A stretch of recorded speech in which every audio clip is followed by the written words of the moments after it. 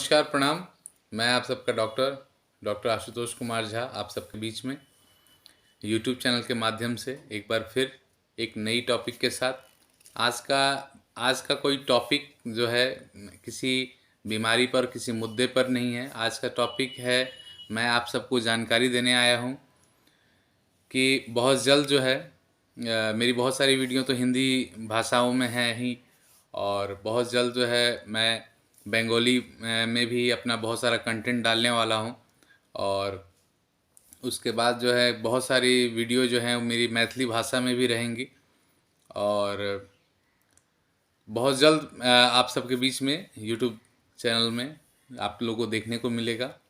और जितने भी लोग मेरे यूट्यूब चैनल से जुड़े हुए हैं उन सब से यही रिक्वेस्ट और है कि सब लोग मेरे वीडियो को देखें, और कुछ अच्छा है यदि वीडियो के अंदर मैंने कहा है और मैं कह रहा हूँ, तो सभी लोग से ये मेरी रिक्वेस्ट है कि उसको ज़रूर आप लोग शेयर करिए, और जिससे कि सही लोगों तक मेरी आवाज़ पहुंच सके, और जिसके लिए मैं इतना मेहनत कर रहा हूं उन सब लोग तक मेरी आवाज़ पहुंच सके और सबको सब तरह की जानकारी मिल सके। धन्यवाद, नमस्कार, प्रणाम।